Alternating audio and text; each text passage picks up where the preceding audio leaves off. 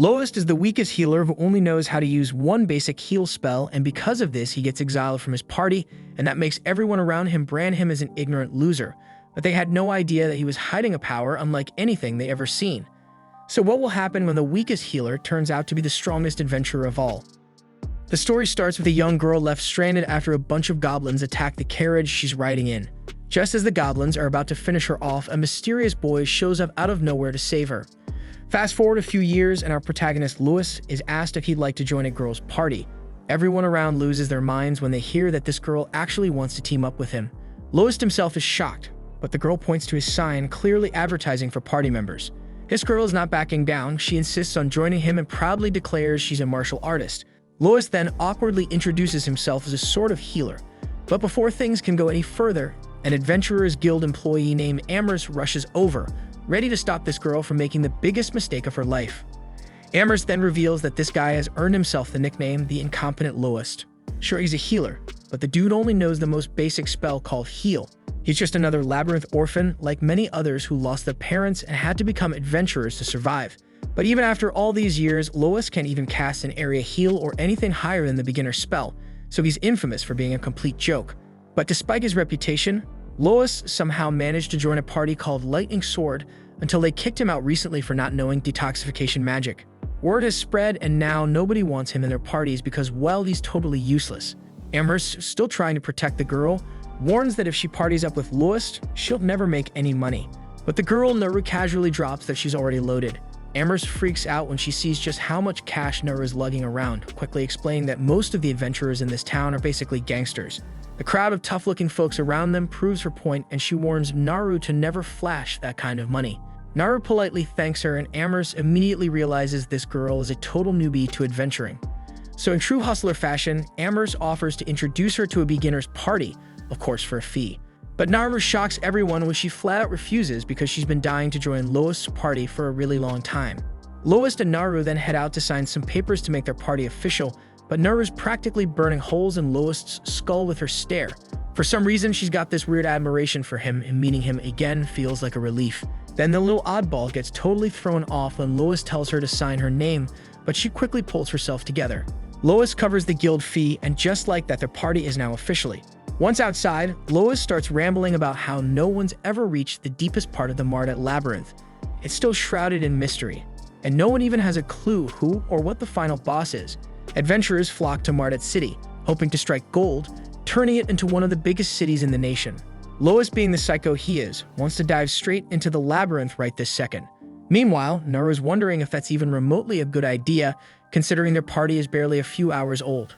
And also, before they left, Amherst gave Lois the heads up Naru's a newbie, so he should only take her to the grasslands for now. The labyrinth leaks magic power, spawning monsters in certain areas, and the grasslands are one of those spots. Thankfully, only weak monsters show up there.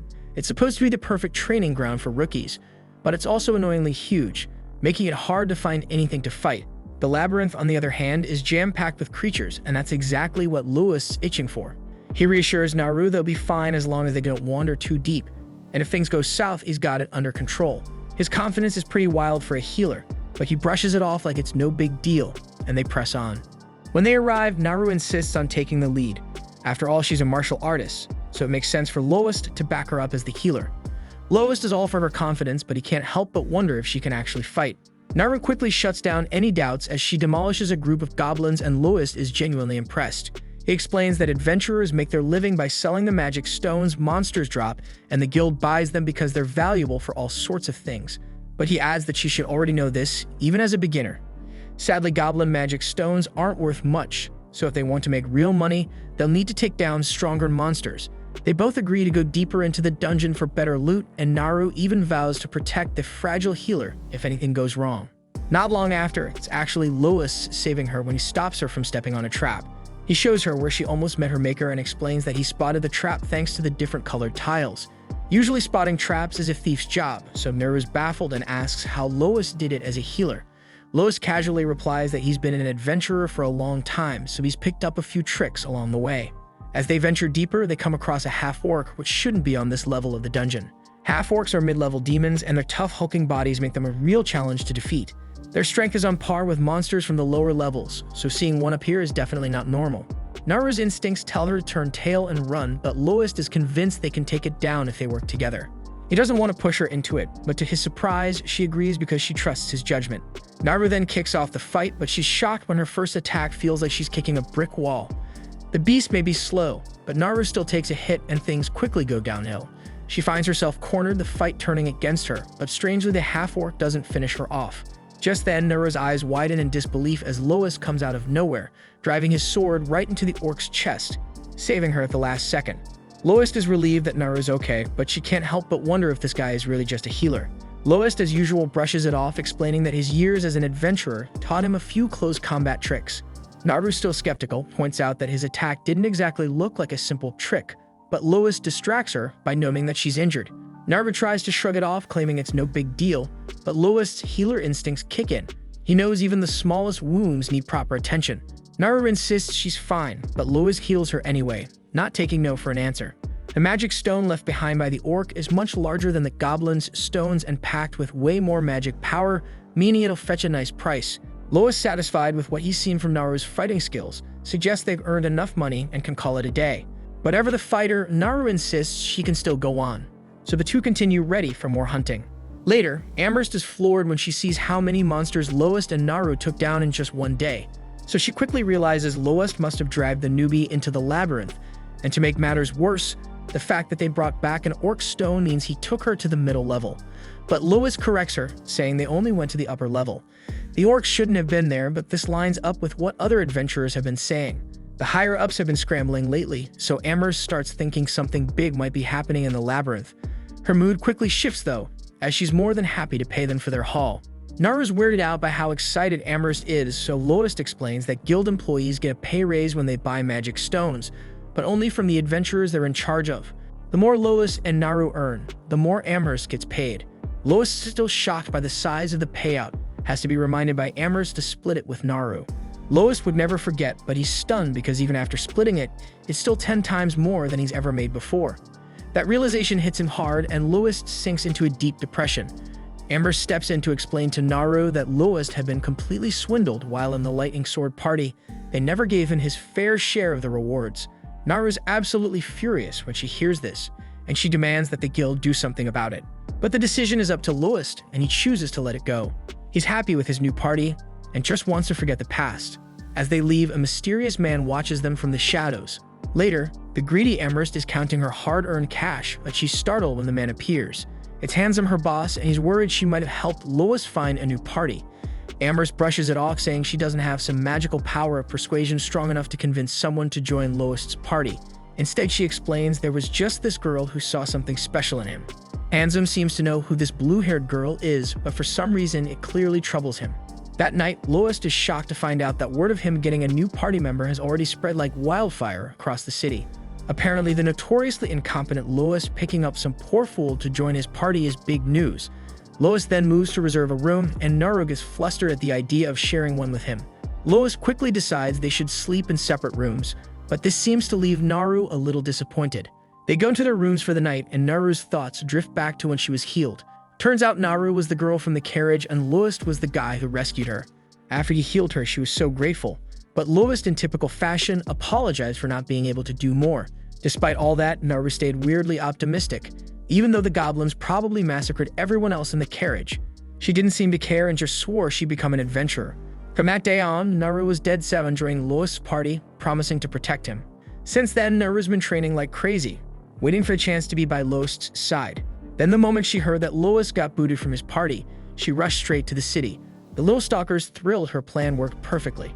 Not only did she form a party with Lois, but they even took down an orc together.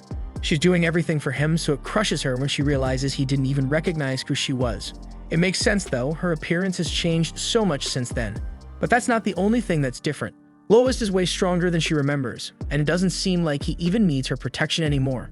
Snapping herself out of it, Naru reminds herself of her promise to protect Lois no matter what. She then re-energized to get ready for bed, but one thing still bugs her. How in the world do people call Lois incompetent when he's actually insanely powerful? The story then flashes back to Lois fighting a Hydra alongside his old party. It's clear they're struggling badly. The party's thief is injured, and Lois uses his healing spell on her. She asks him if it can cure poisons, and he explains that it can't, but if he boosts her physical strength, she'll be able to fight off the poison on her own. The thief isn't thrilled and complains about it, but before she can finish, their arrogant leader cuts in, demanding they stop whining and get back into the fight once she's healed. The thief is fed up and snaps at the moron of a leader, telling him she's in no shape to fight, so the leader turns to Lois and orders him to take care of her. Lois is already frustrated and reminds the leader that he told him to bring antidotes for this exact situation.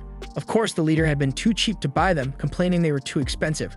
Now, in typical fashion, he blames Lois for not being able to do more, even accusing him of being a useless healer who can only cast basic healing spells.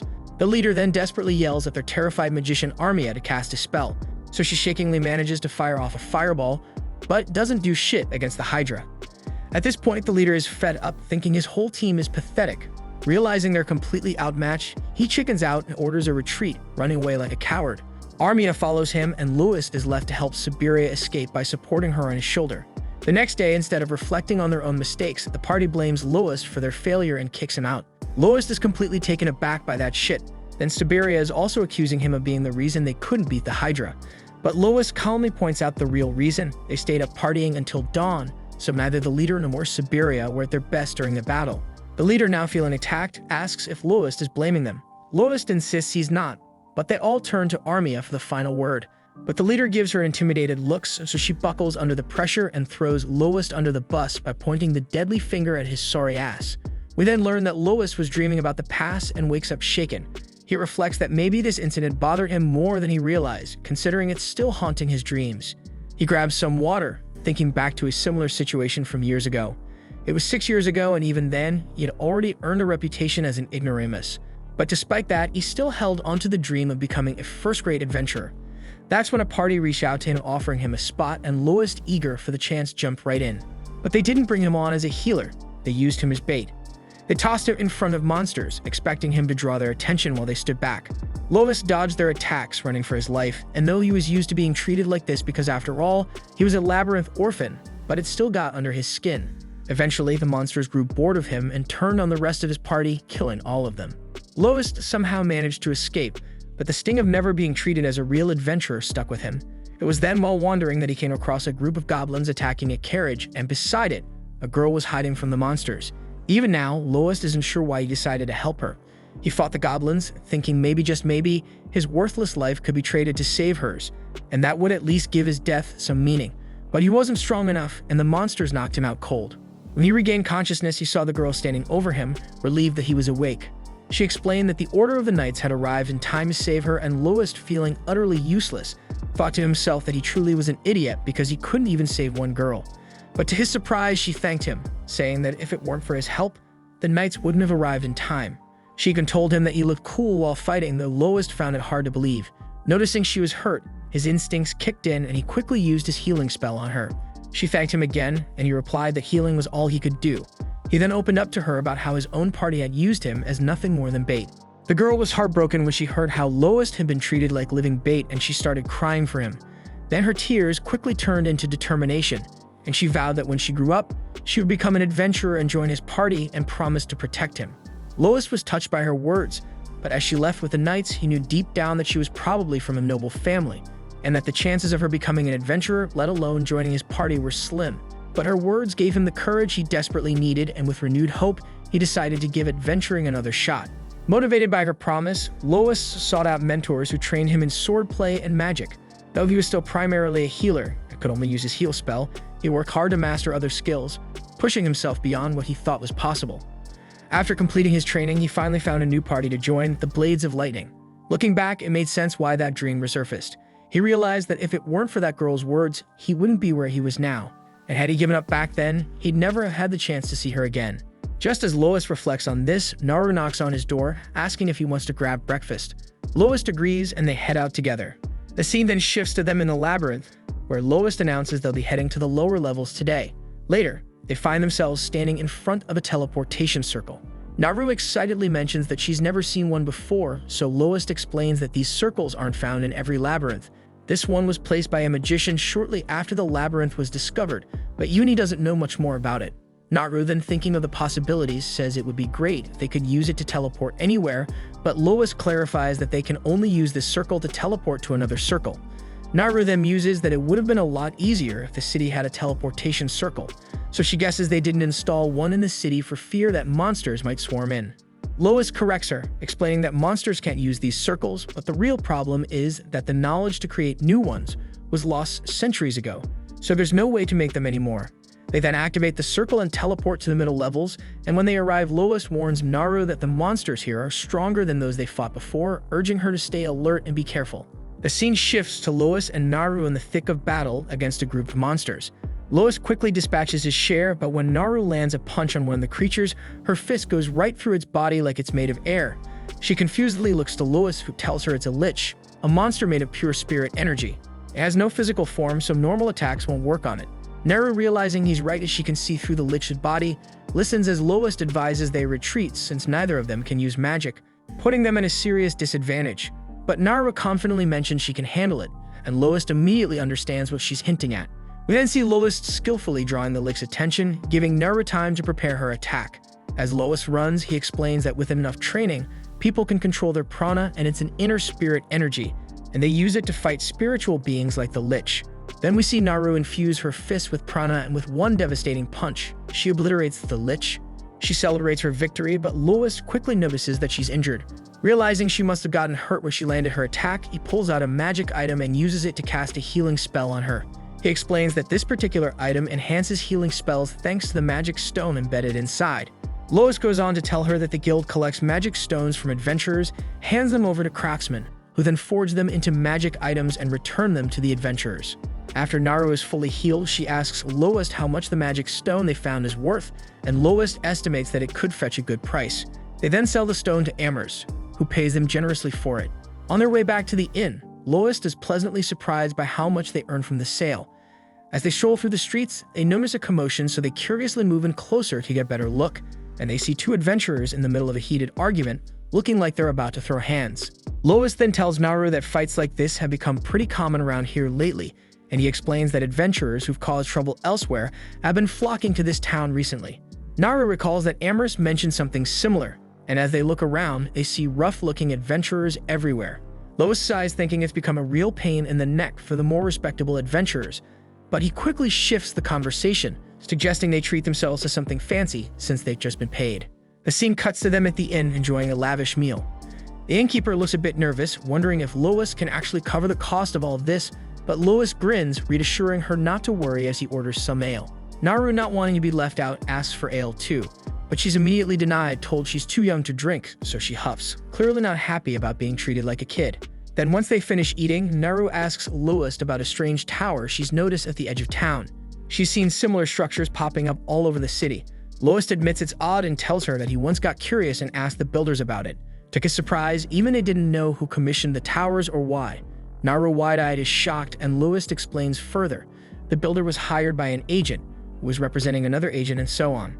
It's a long chain of middlemen, and whoever's really behind it doesn't want to be found. Lois shrugs it off, saying it doesn't really matter as long as no one's getting hurt. To him, it's just a sign that there are plenty of strange people in the world, and he jokingly adds that they'd be better off building a wall around the city instead of these mysterious towers. Naru, thinking it over, points out that the city doesn't even have a wall. She admits she likes how open it feels, but Lois brings up a good point. It could be a real problem if war broke out, so he asks her how they'd stop invaders. But without hesitation, Naru replies that with so many adventurers around, there's no need to worry. They'll protect the city from anything that comes their way. Lois agrees with her, and with that, the two of them head off to their room for the night. But before Lois enters his room, Naru tries to stop him, clearly wanting to say something, but the words just won't come out. Instead, she awkwardly wishes him a good night. Once in her room, she lies on her bed, thinking about how much she wishes she had the courage to ask to stay in Lois' room, but she just can't bring herself to say it. Meanwhile, Lois lies in his own bed, feeling grateful to be part of a party again. He's unsure if he'll ever see that little girl from his past, but thanks to Naru, he feels like he can keep adventuring for a while longer. The scene then cuts to the Blades of Lightning. Their leader Margulis introduces the party's new healer Lyra, but she doesn't get the warmest welcome from the other members, which makes her feel a little uneasy. Still, Margulis is confident that with this new team, they'll finally be able to defeat the Hydra. Next, the scene shifts to a dark and eerie place.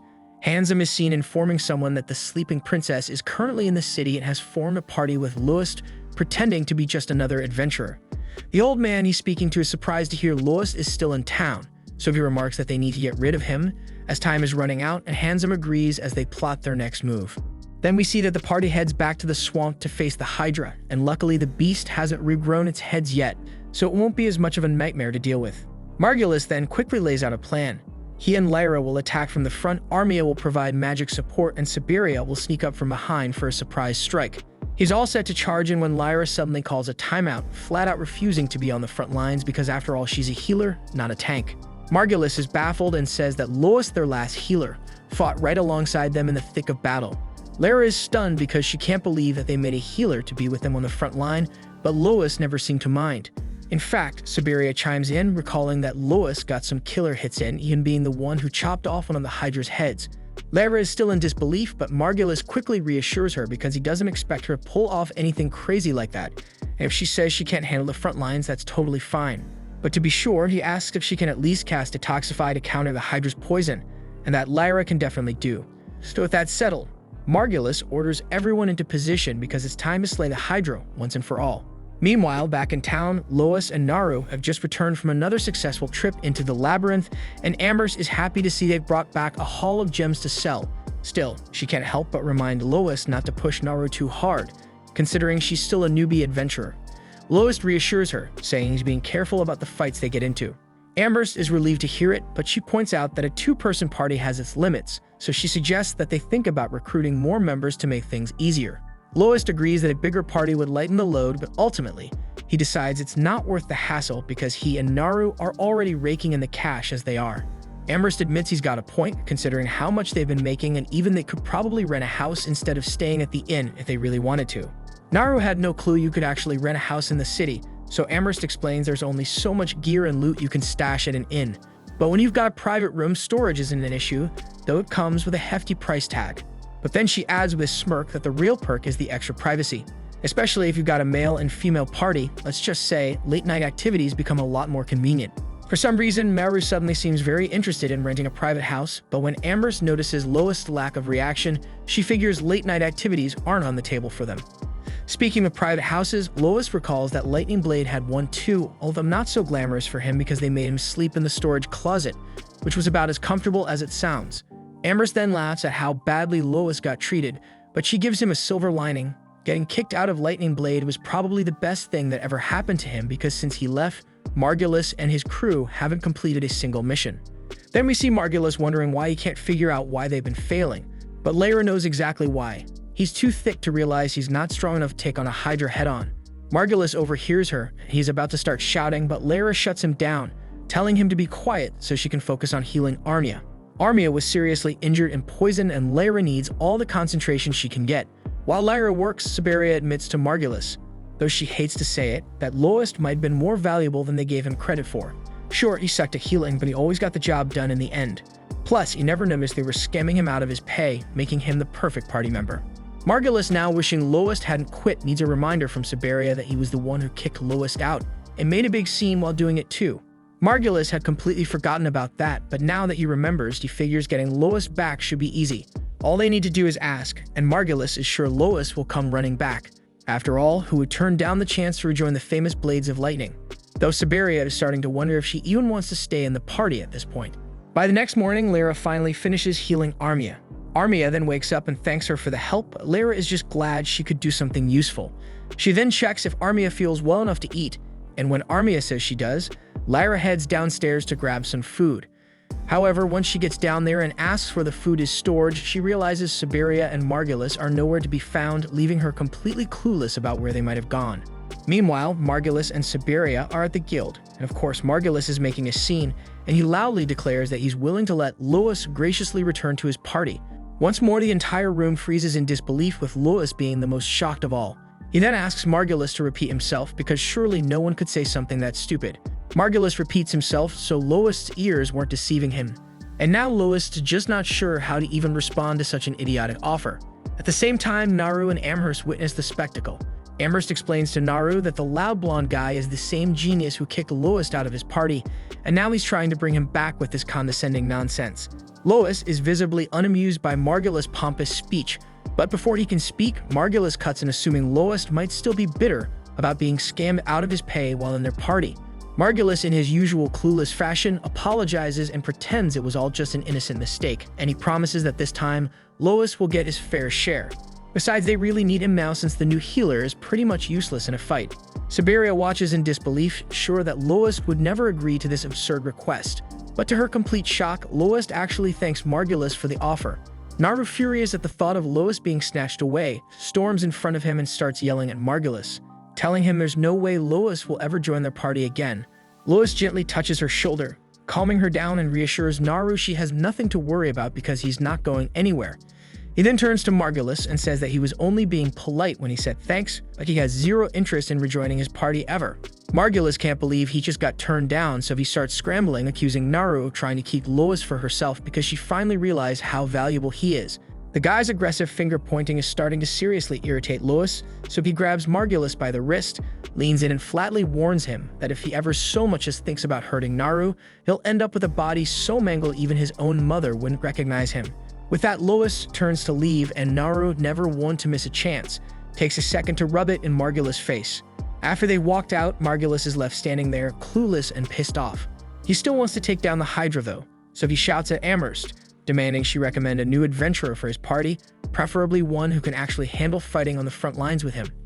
Amherst, already fed up with his nonsense, is about to tell him off, but she's saved from the hassle when an adventurer steps out from the crowd, and this guy looks like he's already beaten the final boss and is just here to mop up the extras. The mysterious man then offers to join Margulis' party and casually asks if his strength is up to Margulis' standards. Margulis sizes him up, and yeah, the guy looks like he could bench press a mountain, but Margulis wants to be sure. So he draws his sword and charges at him, but it's a bad move because with just one swing, the man disarms Margulis in an instant, leaving him looking like a complete idiot in front of the entire guild. Trying to recover from the humiliation, Margulis reluctantly accepts him into the party. Siberia, on the other hand, isn't so sure because she's suspicious of anyone who walks around wearing a mask all the time. But Margulis doesn't care because if they don't take down the Hydra, Lightning Blade's already shaky reputation will sink faster than a stone in a pond. He then walks over to the guy and asks for his name, and the man simply says that his name is Shig. Meanwhile, back at the inn, Naru is admiring herself in the mirror when she hears someone knocking at Lois's door. She curiously steps out to check who it is and finds Sheila standing there. For a moment, her mind jumps to the worst, thinking Sheila's here to make a move on Lois. But after thinking it over for a moment, she realizes that's probably not the case. Once Lois finally opens the door, Sheila informs him that he's got guests waiting for him downstairs. Surprised but curious, Lois decides to see what's going on. When he gets downstairs, Lois and Naru are met by Armia and Lyra. Armia, looking guilty, apologizes for making such a bold request, but asks if Lois could help them out just this once. Margulis is still hell-bent on taking down that Hydra and even hire a new warrior for the mission, but Lyra doesn't think it'll be enough. For starters, Margulis is too stubborn to buy antidote potions because, well, they cost money, and he is never going to realize how reckless he's being until someone winds up dead. Armia knows it's way too late to apologize now, but she acknowledges how strong Lois is.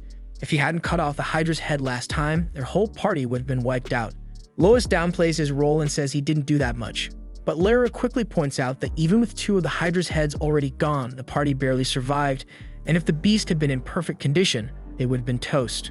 Lois, now curious, asks Armia what exactly she's asking of him. Armia stands up and says she wants Lois to fight with him again because she's convinced they can defeat the Hydra if he's there. Basically, she's asking him to rejoin Lightning Blade, but Lois had that conversation with Margulis earlier, and his answer hasn't changed. Naru then confusedly wonders why Armia is so determined to help Margulis when the whole situation seems like a nightmare for her. Armia admits Margulis has more flaws than she can count, and that's being generous, but for better or worse, he's still her party member. Naru becomes angry after hearing this, and she reminds Armia that Lois was her party member too, but she did absolutely nothing to support him when he was being mistreated. Armia, now in tears, begins apologizing to Lois, and she explains that at the time she was terrified because if she didn't follow Margulis' lead, she would have been kicked out of the party too. As a new adventurer, she didn't know anyone else to turn to. Now, though she realizes how wrong she was and how wrong Margulis was for how he treated Lois, but even though she doesn't agree with Margulis' methods, she still doesn't want him to get himself killed in a battle he can't win. Lyra then tells Lois that Armia is genuinely sorry for everything and has been tormenting herself over it for a long time. And while she understands if Lois doesn't want to help, she asks that he at least accept Armia's apology. Lois then stands up, looks at Armia, and says he holds no grudge against her. He accepts her apology but makes it clear he still has no plans to rejoin Lightning Blade. Armia is disappointed, but she respects his decision and promises not to bring it up again. Right then, Mary shows up carrying a feast to lift Armia's spirits, noticing that she clearly hasn't been eating well. While Armia digs in, Lois turns to Lyra and asks if there's any way for her to get Armia out of Margulis' party, but Lyra frustratedly replies that if she could have done that, she wouldn't have come to him in the first place. Knowing full well how Margulis treats people, Lois suggests that Lyra should leave the party, but Lyra flat out refuses, explaining that leaving Armia to fend for herself under that idiot's leadership isn't an option. The next day, Margulis finally introduces Lyra to Shig, since they're heading out to face the Hydra again. The moment Lyra sees him, though, something clicks and she recognizes him from somewhere, so she pulls Shig aside for a word, asking why he's hiding his identity and what he's doing here. Shig, trying to act clueless, denies ever meeting her and attempts to walk away. But as he turns, Lyra catches sight of the sword on his back, a sword that once belonged to someone named Ronaldo. She immediately accuses him of stealing it, but Shig denies being a thief and claims the sword was given to him as a gift. While he clears himself of theft, his connection to Ronaldo confirms for Lyra that this is the same Shig she knew from the past. Still, she decides to keep his secret for now, figuring there must be a reason he's hiding his identity. Later that day, Lois and Naru head into the labyrinth as usual. But something nags at Lois because he can't shake the worry about Armia and the rest of Lightning Blade, and he's got no clue if they're truly prepared for the battle they're walking into. The scene then jumps to Naru battling monsters in the labyrinth, and she effortlessly takes care of them, even when one tries a cheap shot from behind. Lois praises her for the job well done, but Naru shrugs it off, saying she can keep going. Just then, her stomach growls loudly, and Lois with a grin teases her that while she might not be tired, her stomach clearly has had enough. So she embarrassedly snaps at him and he laughs, suggesting they stop for lunch, and Naru agrees. Next, we see them enjoying their packed lunch, and Lois is taken aback by the impressive spread and asks what's the special occasion. Naru explains that the innkeeper Mary loaded her up with all this food as she was leaving, insisting Naru take responsibility for finishing it since their little companion couldn't. They dig in, and as they eat, Lois starts explaining the dangers of a Hydra, a beast that's venomous and covered in tough scales, which make it almost invincible. Basic physical or magical attacks don't faze it, and Naru is startled to learn how dangerous it is. She expresses concern for Armia, but Lois reassures her that Hydras are common enough in high-level areas, and there are tried-and-true methods for dealing with them. He adds that while Hydra venom is deadly, a specialized antidote has been developed to counter it. Naru then remembers Lyra telling her they didn't buy the antidote, and Lois admits it's pretty pricey, which is why they're relying on Lyra's detox magic. Naru still worries about their friends, but Lois calmly tells her not to. After all, Lightning Sword is a capable party. Even if Margulis acts like an idiot half the time, he's a skilled swordsman when he gets serious, as long as he doesn't underestimate his enemy. He also mentions that Siberia's speed is top-notch. She could sneak behind the Hydra even with its wide field of vision. Naru frowns, not liking how highly Lois speaks of them, but he insists he's just stating facts, but still she can't shake her concern for them. Later, they get back to their adventure, and Naru admits to Lois that she's getting tired of the same old labyrinth grind. So she suggests they hit the wetlands instead, and though Lois is a bit taken aback by the change, he agrees. Cut to Margulis and his crew battling the Hydra. Margulis manages to land a hit on one of its heads, and Shig follows up by wounding another.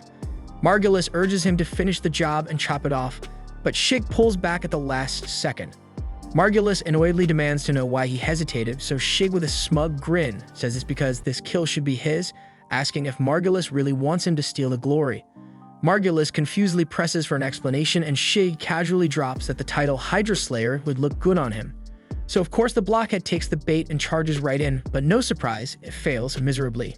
Meanwhile, Lyra, while healing Siberia, mutters about why Margulis insists on attacking from the front every time, but Siberia admits there's something charming about it. Lyra isn't buying it, but once Siberia is patched up, she jumps back into the fight to distract the Hydra, allowing Margulis another opening to strike. Armia then provides magical support, and Lyra starts thinking they might actually pull this off as long as they keep pressing the attack. But then she notices Shig just standing around, clearly taking a breather, so she suspiciously wonders what he's plotting. But before she can figure it out, the Hydra whips its tail and sends a stone flying straight at Armia, knocking her down. The beast immediately goes in for the kill, and poor Armia faints in terror. Suddenly, a thick black smoke starts pouring out of her unconscious body, and Siberia is the first to ask what the hell is going on. Shig calmly explains that it's fear, and he adds that monsters like this thrive on the fear of humans, turning it into strength. It's usually invisible to the human eye, but this one's sucking fear from everything around them. Lyra quickly realizes that this fear is being converted into mana, and Siberia confusedly asks if mana is supposed to leak out in places like this. Lyra shakes her head, saying that it shouldn't because mana normally only surfaces in the deepest parts of the labyrinth. The Hydra then starts glowing after absorbing mana, and Lyra quickly realizes it's mutating. She explains that monsters can morph their bodies by absorbing enough magic power, sometimes boosting their abilities in absurd ways. The Hydra then transforms into an even more menacing creature, and Shig concernedly asks Lyra to watch over Armia. She agrees while Shig tells Margulis to retreat, but Margulis, stubborn as always, refuses. After all the effort to weaken this beast, he's determined to take at least one of the Hydra's heads. He charges, but his sword shatters on impact, leaving him vulnerable as the Hydra lunges. But just as the Hydra's about to strike, Lois swoops in and saves him at the last second. Lois, Shig, and Naru then attack together, managing to wound the creature, but it's barely scratched. Shig then tells Lois to check on Armia and leave the Hydra to him, and Lois obliges, rushing to Lyra and asking how Armia is doing. Turns out she's not in great shape, and Lyra explains her healing magic isn't working on Armia. Since she's a wizard, she has natural resistance to magic. Lois then casts heal after heal on Armia, layering the spell, so Lyra looks unbaffled, wondering what the heck he's doing. Siberia calmly points out that this is just how Lois heals, and it's always worked for them. Lyra is floored by the idea, pointing out that it shouldn't work like that. She compares it to drinking a ton of potions to cure a cold, but it doesn't happen instantly, so why should this? Margulis, ever the genius, chimes in with a brilliant observation that he's never had a cold, proving that yes, idiots don't catch colds. Meanwhile, Lyra is still floored by the healing method when finally Armia wakes up. She recognizes Lois, thanks him, and promptly falls back asleep.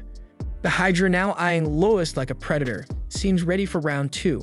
Shig picks up on this, and Lois wonders if the creature actually remembers him. Naru then steps up, offering to join the fight. Lois, knowing there's no talking her out of it, accepts her help but warns her to back off if things get dicey. Shig, on the other hand, orders Lyra, Margulis, and Siberia to stay the hell away from the Hydra, and for once they agree. Afterwards, Naru and Lois charge at the monster, and Shig, in a badass move, manages to slice off one of its heads. Margulis then asks why Shig's sword didn't shatter like his sword did, so Lyra explains it's because Shig's wielding a magic sword.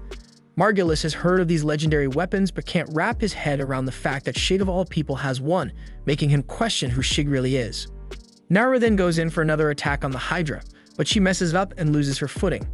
The Hydra takes full advantage, tossing her into the air like a ragdoll, and she crashes to the ground, knocked out cold.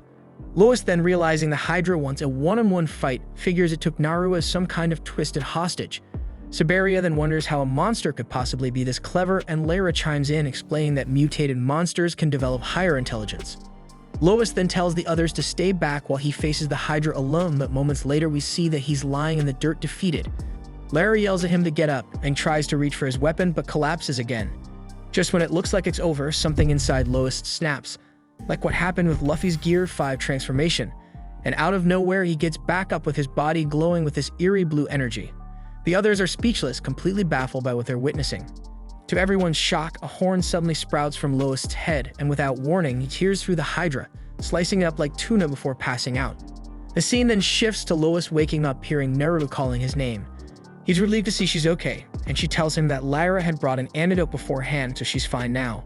But of course, Lyra pipes up, saying the antidote wasn't cheap and that she'll definitely be charging them for it later. Lois then notices that Armia is still knocked out, but is relieved to find there's no danger to her life. Then Lyra, ever the curious, asks him about that strange form he took earlier, but Lois has no idea what she's talking about. But before they can get too far into it, Margulis butts in, telling Lois he's crazy strong and that with him on their side, even the toughest monsters wouldn't stand a chance.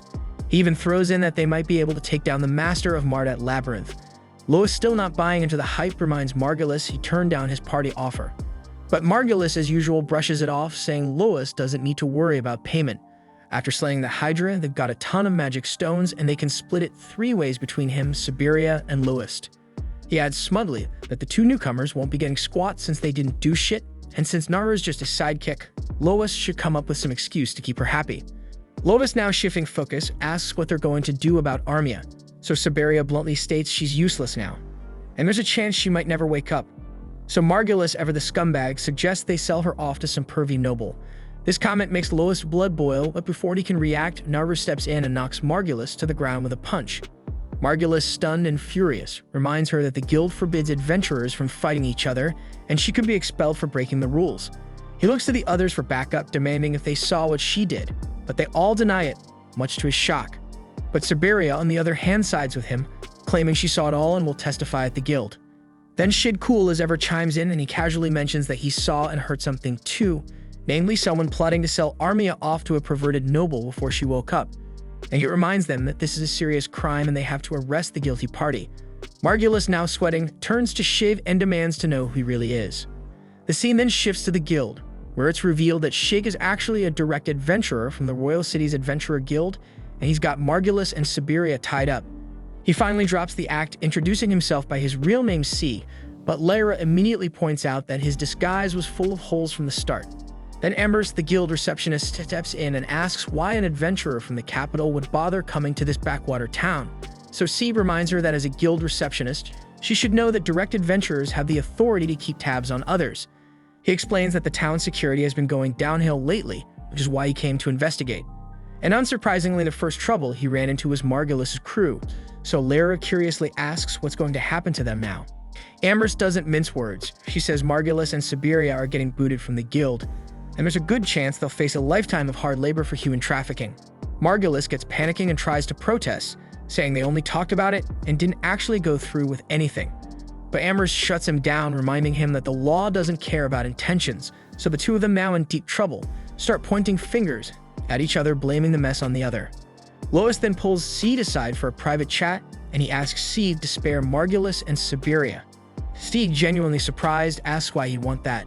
So Lois explains that once upon a time, Margulis and Siberia had dreams of becoming great adventurers, but somewhere along the way their ambitions twisted. They started craving fame and fortune, losing sight of what they originally set out to do. Lois believes they didn't start out like this and hopes Seed will give them one more shot. Margulis and Siberia overhear this and are struck with guilt over their actions. Moved by Lois' pleas, Seed agrees to let them go. He unties Margulis and Siberia, but not without a stern warning. They need to leave town and never show their faces again, and with that, the two run off. Amherst then wonders aloud if this is really going to work, and C reassures her. He explains that if Margulis and Siberia had been expelled from the guild, they might have spiraled further into trouble, so it's better to keep them as adventurers where they can be monitored. Amherst is still doubtful and points out that Mardet isn't the capital. It's a small city and things run differently here. C shrugs it off, saying that's exactly why he'll be staying around for a while, and Amherst is glad to hear this. Later, C and Lyra talk at the inn, and C comes clean that he actually sticking around to keep an eye on the adventurers in town. The guild in the Royal City suspects the monster mutations could be linked to the Marmot division, and he wants Lyra to form a party with him to investigate. Lyra agrees, but with one condition. Armia has to join them too. C asks why, so Lyra explains she can't just leave Armia behind like this, and C, realizing he could use the extra help, agrees. He figures the more members, the better, especially since he's already got his hands full keeping tabs on everyone, including Lois, who definitely can't be left unsupervised. The scene then shifts to Lyra and Seed updating Lois and Naru on their new party formation with Armia, and Lois seems pleased, noting it's a well-rounded team with a healer, a saber, and a wizard. He then turns to Armia, asking how she feels about it, and she replies that she's more than okay with it since she doesn't have anywhere else to go, and she also adds that Lyra saved her life, so she's determined to repay her. Lyra laughs, explaining she told Armia not to worry about it, but Armia wouldn't hear of it. C chimes in, saying that's exactly why he thought this team would work so well. Lois then congratulates her on finding such solid party mates and encourages her to give it her all. Later that day, the scene shifts to Lois and Naru walking through town. Naru asks him what's on the agenda, and Lois suggests they stop by the guild first. Naru is surprised since they rarely head to the guild this early. He then takes her aside, revealing that they've forgotten to sell a Hydra's magic crystal in the rush of things, and mentions they should also accept a quest. He explains that while adventurers earn money by selling magic stones, completing quests is just as essential for a steady income. Naru already knows this, but Lois points out that if she's serious about her adventuring career, she'll need to complete quests, not just slay monsters. Embarrassed by Lois' concern, Naru blushes, trying to play it cool when he asks if anything's wrong. The scene then shifts to them arriving at the guild, where every eye turns in their direction. Naru senses an odd vibe and can't figure out why everyone's staring. Whispering spreads through the crowd as people talk about Lois' recent Hydra victory. Lois quickly realizes what's going on and pulls Naru aside to explain.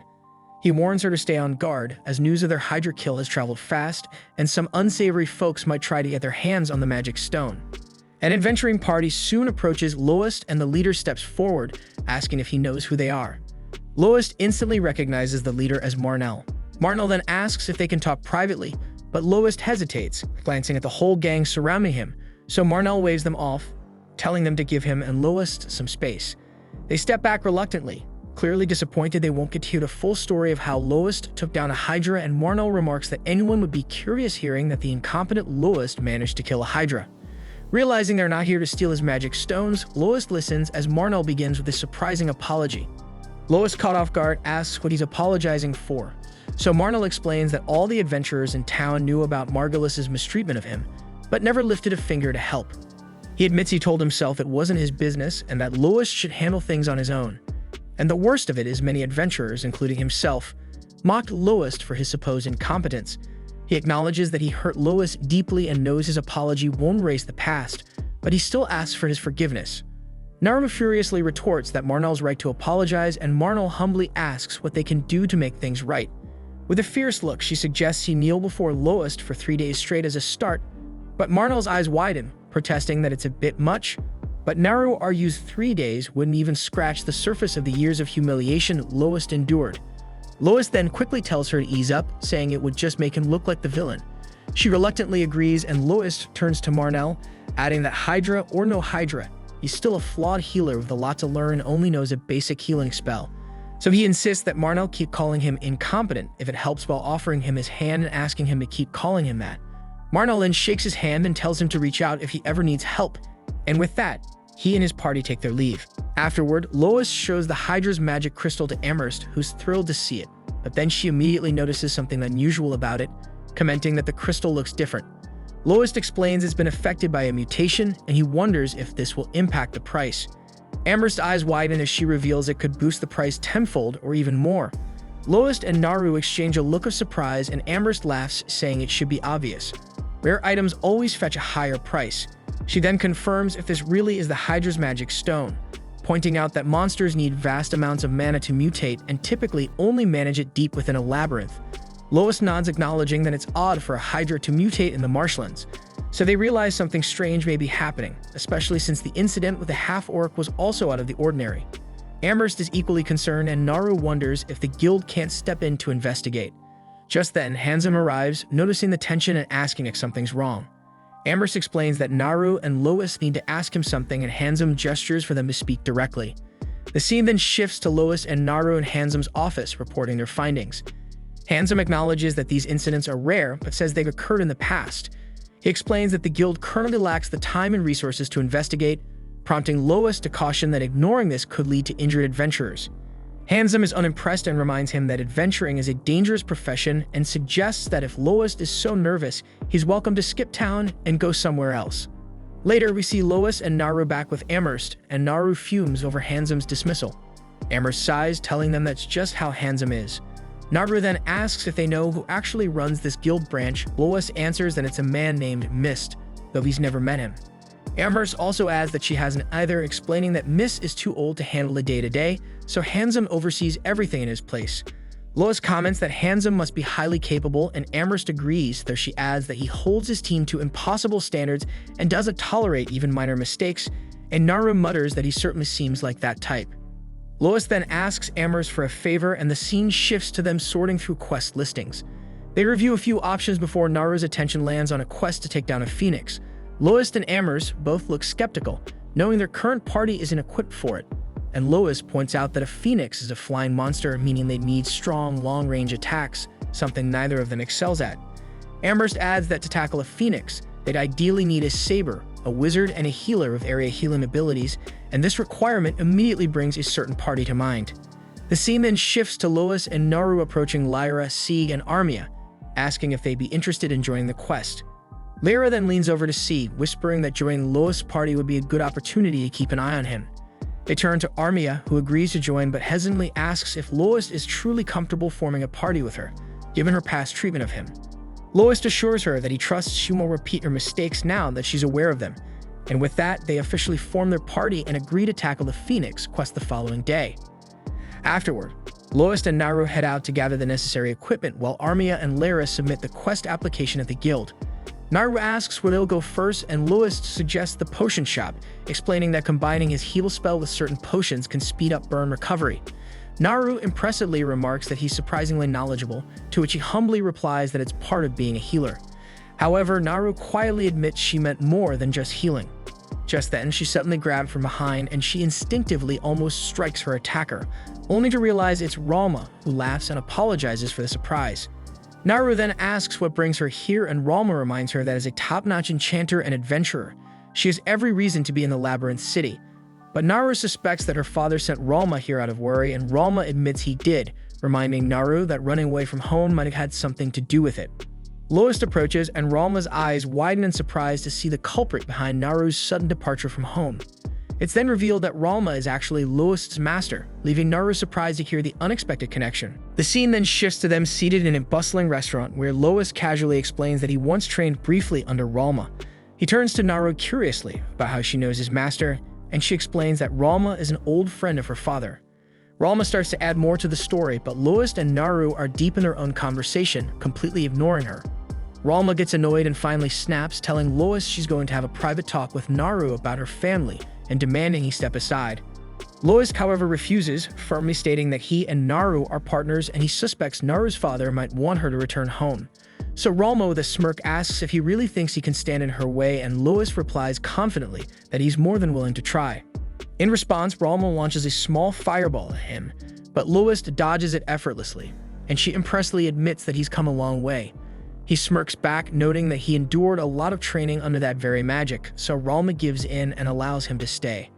Naru then clarifies to Ralma that she didn't run away from home. She left in a hurry and simply didn't get the chance to explain herself, but she assures them that she did leave a letter. Lois curiously asks what she wrote in it, and Naru sheepishly admits that she told her parents she was going to find Lois, her big brother, and asked them not to worry. Lois and Ralma are both taken aback, and Ralma remarks that any parent would be concerned if their daughter left home, calling a stranger her big brother. Ralma then asks her why she left so suddenly, and Naru thinks that she can't possibly tell them the real reason. She had someone watching over Lois ever since that day, and when she heard he'd been kicked out of his party, she saw it as her chance and left home without a second thought. Lois then gently suggests that maybe it would be best for Naru to return home for now, even if she feels uncertain about facing her father, reminding her that she'll need her parents' consent to become an adventurer. Naru, with teary eyes, wonders if Lois will be okay without her, but he reassures her that's not what he meant. She then admits her fear that her father may forbid her from adventuring altogether, and if that happens, she may never get to return, and she also expresses how devastating it would be if she couldn't be with him. Ralma, however, assures her that her father doesn't oppose her plans to adventure. He's just concerned that she left so suddenly and wants to make sure she's okay. She adds that while he did ask her to bring Naru back if things were too dangerous, she'll assure him that everything's fine. Naru feels relieved, and Ralma asks Lois to fetch her some wine because she's parched. When Lois leaves, Ralma, now alone with Naru, asks if she's upset that Lois acts as if he doesn't need her help even though she left her family for him. Naru explains it's just because Lois is so capable now, but then Ralma recalls a time when he wasn't. Naru can hardly believe it, since Lois can heal, fight on the front lines, and detect traps like it's second nature. Ralma reveals that he only learned all that because of her help and someone else's guidance. Naru then reflects that what she admires most about Lois is how he always puts others first. She points out that he even went to negotiate a quest for her, hoping she'd join a real team and gain experience so she could make a living even if he wasn't there to support her. Naru then tearfully admits that while she came to town to help him, it's he who has ended up supporting her, and she feels she's just become a burden to him. Ralma reassures her that Lois has changed a lot since they last met, all because of Naru, and encourages her to spend more time with him. Later, Lois and Naru leave the restaurant, and Ralma stays behind with her drink. She finishes it, then decides it's time to get down to business, and the scene shifts to her standing before a grand mansion, wondering what Mist is up to. The following day, Lois and his party prepare for their quest. Sheila hands him a packed lunch, wishing them well, and they set off on their mission. The scene then shifts to Lois and the others teleporting to the middle levels of the labyrinth. Naru, fired up and ready to face the Phoenix, waits for its dramatic entrance, but the bird doesn't even bother to show up, so she annoyedly assumed it would charge at them the moment they stepped in. Lois then casually informs her that the Phoenix can't squeeze into such a small space, so Naru asks if it's huge, and Lois explains that while their sizes vary, none of them can navigate the tight passage leading here. Steed chimes in, dropping the obvious. Flying monsters hate confined spaces, and if they had a choice, they'd be chilling somewhere with a high ceiling, not skulking in cramped tunnels. Eventually, they stumble into an expansive chamber, and Lara immediately declares this must be the Phoenix's lair. She points out that this path is freshly discovered, unexplored, and according to the gossip mill, likely hiding treasures. Of course, the Phoenix is blocking the way forward, which is why adventurers posted a quest to take it down. Lois, sharp-eyed as ever, spots heat marks scorched onto nearby pillars and confidently states the Phoenix must be lurking around. To bait out, he tosses a stone forward, banking on the creature's territorial nature. Sure enough, the Phoenix bursts from a glowing portal above, and it soars through the massive chamber. The scene then shifts to the Adventurers Guild, where Ralma makes her entrance. Spotting her, Amberse quickly approaches, laying on the charm and giving her a warm welcome to the guild. Picking up on the atmosphere, Ralma remarks that this guild feels quite welcoming to adventurers. Amberse eagerly agrees, stating that the guild owes its very existence to adventurers. However, behind her words lies a calculated flattery. Amberse recognizes Ralma as a high-ranking adventurer, so despite her modest attire, the high-quality fabric and seemingly ordinary ornaments, which are actually expensive magical items, make it clear. Amberse is determined not to let someone of this caliber slip through her fingers. Eager to please, Amberse asks how she can assist Ralma, and Ralma responds that she'd like to meet the branch president. Amberse, puzzled by the unusual request, presses further, and Ralma clarifies that she wishes to meet Mist. When asked if she has a recommendation or appointment, Ralma admits she has neither. Amberse guesses she must be an acquaintance of Mist, but Ralma coolly denies this, adding that her business with him is simple: she wants to kill him. Amberse gets stunned and refuses outright, wondering if Ralma has completely lost her mind. Realizing she'll need to take a different approach, Ralma begins casting a fireball, clearly intending to use force. But before she can release it, Handsome steps in, stopping her with calm authority. Recognizing her instantly, he asks what she wants, and hearing her name, Amherst is struck by the revelation because Ralma is the fire god.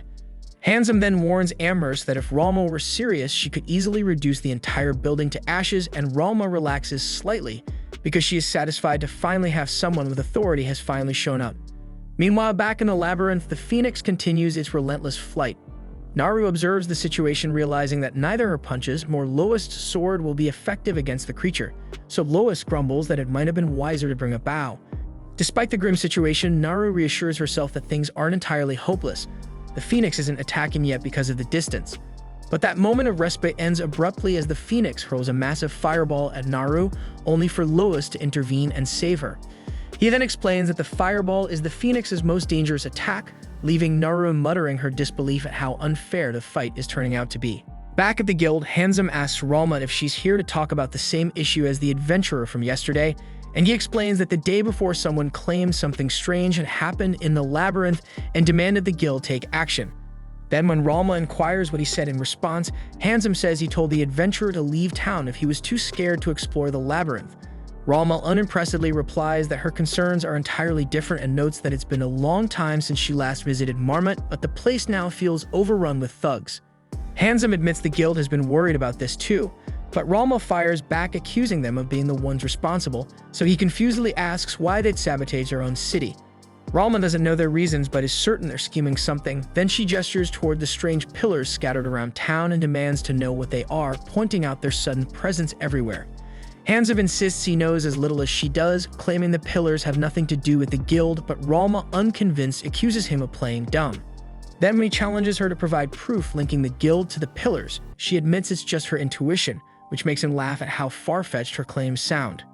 Ralma then reminds him that in a labyrinth city, the Adventurers Guild wields absolute power, with the branch president essentially acting as the city's king. Yet Handsome claims to have no idea what's happening, a claim Ralma finds implausible, so he tries to deflect, reminding her he's merely a sidekick to the branch president, but Ralma still sees through the act and accuses him of feigning ignorance. In response, he tells her that if she doesn't like how things are run, she's free to leave. But Ralma undeterredly insists something sinister is brewing because she's noticed that every time an adventurer questions the guild, they're told to leave, almost as if the guild doesn't want them staying in Marmot.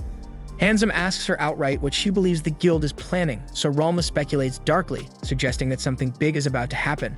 Something requiring the sacrifice of numerous adventurers, especially those whose absence won't stir trouble, and she concludes grimly, noting that the situation feels eerily similar to a labyrinth rampage. The scene then cuts to the labyrinth, where the Phoenix unleashes a relentless barrage of fireballs. Sieg surveys the chaos, grimly noting that if this keeps up, the entire room will become a blazing sea of fire. Lara chimes in, pointing out that the suffocating heat is bad enough, but the real danger is the growing lack of oxygen, and soon they won't be able to hold their ground. Lois observes that the Phoenix seems intent on driving them out to defend its territory, but Naru puzzledly remarks that monsters usually attack humans the moment they see them. Lois counters, saying the Phoenix must sense that it can't take on all 5 of them at once because monsters might not think like humans, but their instincts are sharp enough to guide them. Sieg, deciding there's no time to waste, announces that their only option is to fight.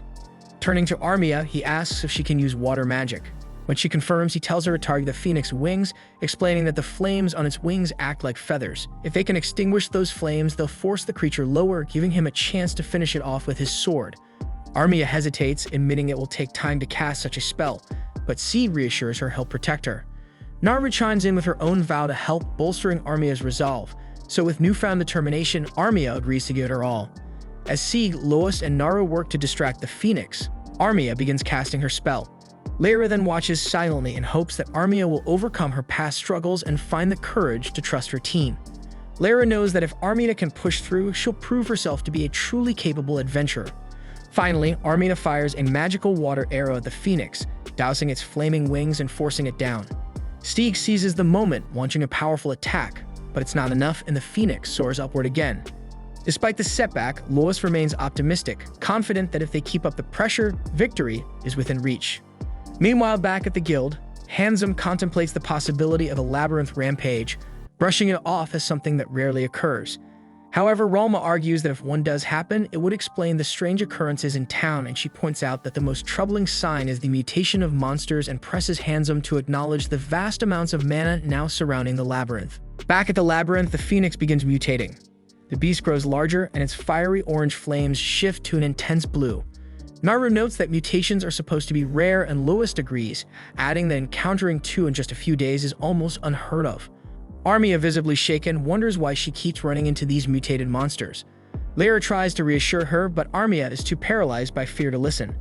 Lara realizes this is a serious problem because if Armia succumbs to her fear again, it could empower the Phoenix. She knows Armia must overcome this moment if she's ever going to grow, but Lara has no idea how to snap her out of it. The Phoenix, then sensing weakness, charges toward Armia. Lara shouts at her to dodge, but Armia is frozen in place. The beast then launches a fireball, but Sieg intercepts it, slicing through the flames with precision and saving her at the last second. The Phoenix then retaliates with a relentless barrage of fireballs, but Sieg cuts through everyone, urging Armia to step up and shouts that they can't do this without her. Lara reaches out, extending her hand to Armia, and something finally clicks. Armia agrees to help but asks for a bit of time, so her team holds the line, buying her the moment she needs. Meanwhile, outside the labyrinth, Ralma has left the guild. Reflecting on her encounter, she mutters that she hadn't expected them to spill the truth so easily. She moves to the stone pillars scattered around the city and uses her fire magic on one of them. Examining the reaction, she concludes this isn't normal magic and wonders what on earth she's dealing with. Back in the labyrinth, Naru lands a punch on the Phoenix, but it barely phases the creature and her hand catches fire in the process. She quickly extinguishes the flames, but the Phoenix counters with another attack. Lois blocks it, but his sword melts from the intense heat. As the battle rages on, Armia prepares to fire another spell. Recognizing the strain she's under, Lara casts a healing spell to restore her stamina, knowing how tough it is to use attack magic twice in quick succession. Armia then launches an ice arrow, striking the Phoenix and knocking it out of the sky. Despite the hit, the Phoenix regains flight. Sieg then resolves to face it head-on, but before he can act, Naru delivers another devastating punch, finally grounding the creature. Lois then seizes the opportunity and finishes it off by driving his knife into the Phoenix's head. This defeats the Phoenix, and Lois compliments Armia on a job well done. He points out that it's all thanks to her magic that they managed to secure the win, and the others wholeheartedly agree. Overwhelmed with joy, Armia starts crying and thanks everyone for their support. She then picks up the monster's magic crystal while the rest of the group savors their victory.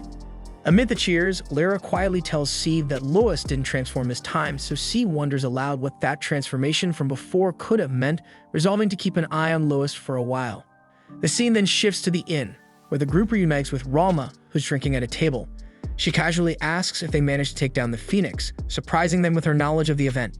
When questioned, she explains that a talkative girl spilled everything after she threw some money her way, and seeing their relaxed demeanor, Ralma guesses they must have defeated the monster. She then jokes that they should use their reward money to treat her to dinner, though Lois suspects she's more interested in drinks than food, and with that they all sit down for a meal. As they eat, Naru marvels at the delicious food, confessing that she never knew such flavors existed before coming here, but Ralma unimpressively grumbles that the food is mediocre at best, with tough, ordinary meat. Sheila, who arrives to serve more drinks, overhears the comment and leaves in a huff, clearly offended. Ralma then turns to Naru with a smirk, telling her to enjoy the soup while she can because she won't find anything like it back at the mansion, and this comment leaves the others puzzled. Noticing their confusion, Ralma realizes Naru hasn't shared her backgrounds, so without hesitation she says that Naru is actually the daughter of the Earl of Analastoria. The group is stunned and Ross suddenly recalls that she's the same girl he saved once before. Meanwhile, back at the guild, Handsome informs Mist about the Phoenix mutation that occurred earlier, and he also mentions that Ralma is currently in town. Hearing this, Mist replies with a serious tone that they will be going to need his disciples' help. The next day, Lois and Naru head to the guild to exchange the Phoenix magic gem for money. But when Amherst presents their payment, Naru is furious because it looks embarrassingly small. Phoenix gems are known to be extremely valuable, and this one came from an evolved phoenix, making it worth even more. To Naru, there's no way this meager sum is fair, so Amherst must be trying to rip them off if that is all. But while Amherst might be a shamelessly money-hungry opportunist, she's no thief, and she calmly assures Naru that the pouch contains the full value of the gem and even invites her to double-check for herself. Typically, the guild pays adventurers in silver coins, but in this case, the payment would have amounted to hundreds of thousands of silver coins, so it would have been a logistical nightmare to avoid that. Amherst exchanged the value into gold coins instead, making it far easier to transport. Then when Naru finally inspects the pouch, she's stunned to realize Amherst wasn't lying. Flustered and unsure of what to say, she stands awkwardly as Lois steps in, quietly accepting the payment and settling Amherst's fee before walking off without a word. Amherst, ever thrilled to pocket her cut, can't help but notice that Lois seems unusually subdued, so she leans toward Naru and asks if something happened between them. Naru brushes her off and follows Lois outside, where the two of them sit down for a quick snack. But even then, Lois remains eerily silent.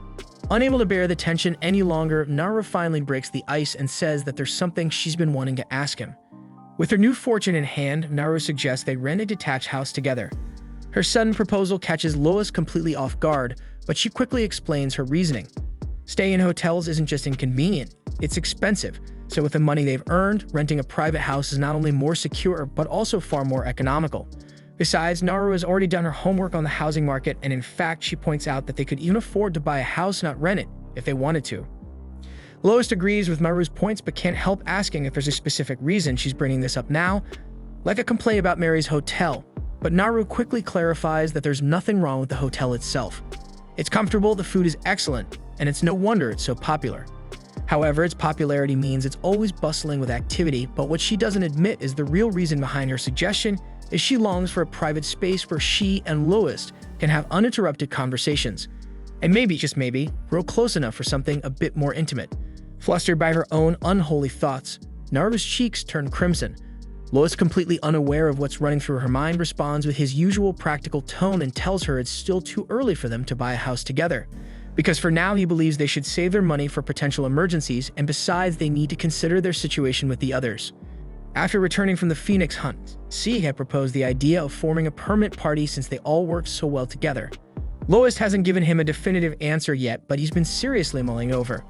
If they plan to venture into the labyrinth's deeper floors, he and Naru will struggle on their own, so adding strong teammates like C would be crucial.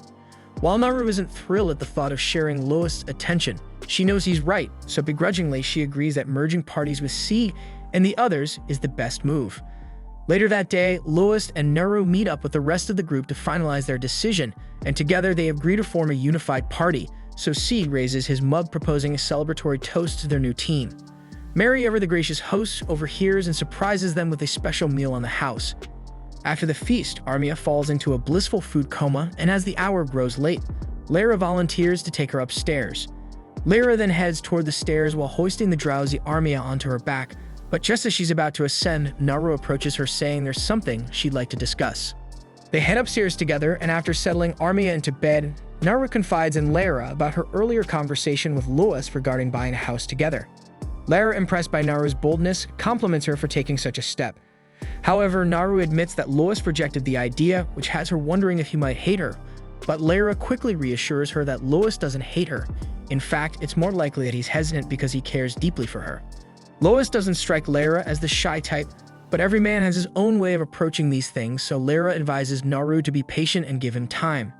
Feeling reassured, Naru thanks Lyra for her advice and admits she's glad she turned to her for help because she knew Lyra would offer great relationship insights.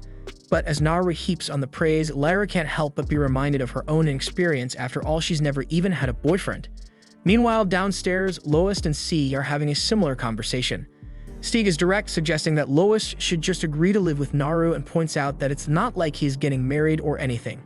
It also adds that Naru clearly admires Lois and refusing her would hurt her feelings. Sieg then asks bluntly if Lois dislikes the idea of living with her, but Lois quickly denies it. In truth, he could never hate Naru because she was the one who gave him hope when he was at his lowest point, and she even came all the way to this city just to form a party with him. And for that, he will always be grateful. Still, Sieg isn't buying Lois' excuses because it's obvious to him that Lois likes Naru, but he is just too embarrassed to admit it. Back in Lara and Naru's conversation, Lara opens up about her romantic history. When she lived in the royal capital, she often had men vying for her affection, so much so that some would join her party just to get closer to her. Sieg was one of those men, and one day while Sieg was away, another man was so hungry that he tried to get frisky with Lyra without asking her. Refusing to let it slide, she knocked him out cold and dragged him outside. She was ready to let the incident go, but when Sieg found out, forgiveness wasn't on the table. He kicks the man hard out of the city, and then he vanishes from the city as well. Lara admits she has no idea what Sieg was thinking back then, but downstairs, Sieg is confiding in Lois about the same incident. He explains that he was furious with himself for not being there to protect Lyra and felt too ashamed to face her, so he left the royal capital. After a long time passed, he eventually came to this city on a mission. But he never could have expected to run into Lyra here, and to top it off, she was even willing to form a party with him after learning about his mission, even though he thought she must have been angry at him. What Sieg doesn't know is that Lyra was never angry, and she was just hurt that he disappeared without saying a word. Since then, she's been uncertain about how Sieg truly feels about her. Just then, Sheila walks into the room, and after Hart at the end of the conversation, Sheila bluntly remarks that if Lara is this bothered by it, she must have feelings for Sieg. Downstairs, Sieg apologizes to Lois for making him sit through his story, but back to the initial topic, Sieg presses Lois again why he refused Naru's suggestion to live together. Lois admits he's not entirely against the idea, quite the opposite in fact. It made him happy to hear Naru say she wanted to live with him, that there was something important he needed to confirm before making a decision.